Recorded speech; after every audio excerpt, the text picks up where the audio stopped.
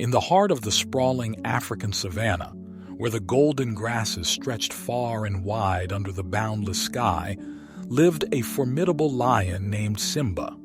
Simba was known throughout the land as the king of beasts, ruling over his domain with power and majesty. His presence commanded respect, and his roar sent shivers down the spines of even the bravest animals. One bright morning, as the sun's rays painted the horizon with hues of orange and pink, Simba's stomach rumbled with hunger.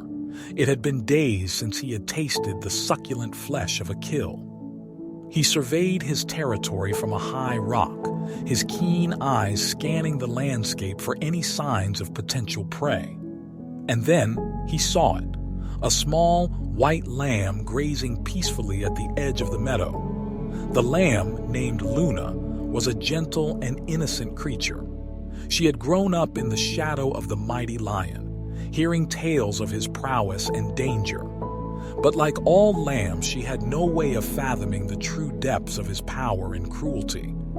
She nibbled contentedly on the fresh grass, unaware of the predator's calculating gaze fixed upon her. Simba, hungry and eager to sate his appetite, began to devise a plan. He knew that a direct approach would not work, for the lamb would surely flee at the sight of him. So he decided to employ his cunning and skill.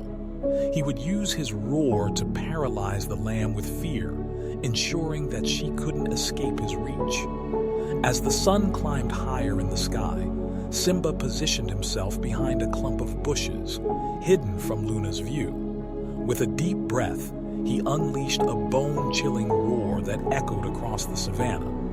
Luna froze, her heart pounding in her chest, paralyzed by the sheer terror invoked by that powerful sound. Simba's plan seemed to be working perfectly. With Luna rooted to the spot, Simba began his slow and stealthy approach. His golden fur blended seamlessly with the tall grass, making him nearly invisible as he stalked closer and closer to his prey. Luna's eyes were wide with fear, tears gathering in them as she awaited her impending fate. Just as Simba was about to pounce, a wise old owl named Orion happened to be passing by. Orion had witnessed this scene before, the powerful lion hunting the innocent lamb. He knew he had to intervene before tragedy struck. "Stop, Simba!" Orion hooted from a nearby tree. Startled, Simba halted in his tracks, his gaze shifting from Luna to the owl. "Why should I stop?" Simba growled, his eyes narrowing at the interloper. "Because there's more to life than the pursuit of power and dominance," Orion replied calmly. "Consider what kind of king you want to be. One who rules through fear and violence, or one who leads with wisdom and compassion." Simba was taken aback by Orion's words. He had never before contemplated the consequences of his actions on the ecosystem he ruled over. Luna, still trembling with fear, looked up at the lion with eyes that held a mix of terror and pleading.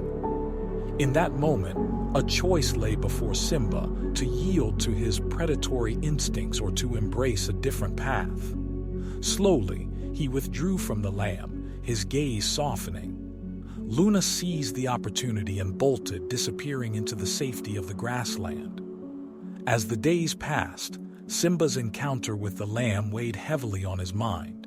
He spent hours atop his rock, reflecting on the words of the wise owl, and slowly, a transformation began to take place within him.